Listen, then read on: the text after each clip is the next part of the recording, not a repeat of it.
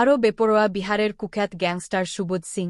অন্য কাউকে নয়, এবার সরাসরি এই গ্যাংস্টার দেখে নেওয়ায় হুমকি দিল রাজ্য পুলিশের সিআইডি। সোমবার দুপুরে ঘটনাটি ঘটেছে আসানসোল জেল বা বিশেষ সংশোধনাগার চত্বরে। জানা গেছে, সিআইডির যে সাব ইন্সপেক্টর বা SI 2022 সালের রানীগঞ্জে স্বর্ণ ব্যবসায়ীর বাড়িতে ডাকাতি ও অপহরণের চেষ্টার মামলার তদন্তকারী অফিসার বা আইউ এবং তার সঙ্গে থাকা অন্য এক অফিসারকে সুবোধ সিং এই হুমকি দিয়েছে। ইতিমধ্যেই সিআইডির তরফে গোটা ঘটনার কথা জানিয়ে আসানসোল দক্ষিণ থানায় একটি অভিযোগ দায়ের করা হয়েছে।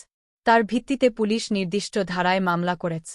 স্বাভাবিকভাবেই কুখ্যাত গ্যাংস্টারের এই হুমকির ঘটনা জানাজানি হওয়ার পরে রাজ্য পুলিশ মহলে চাঞ্চল্য ছড়িয়ে পড়ে।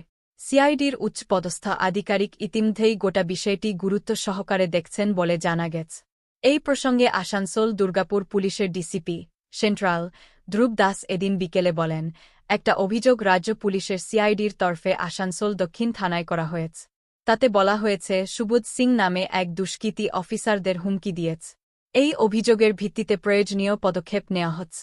জানা গেছে, এদিন দুপুর 1টার পরে কড়া নিরাপত্তার ঘেরাটোপে প্রিজন ভ্যানে করে আসানসোল কোর্ট থেকে আসানসোল জেল বা বিশেষ সংশোধনাগারে আনা হয় সুবোধ সিং।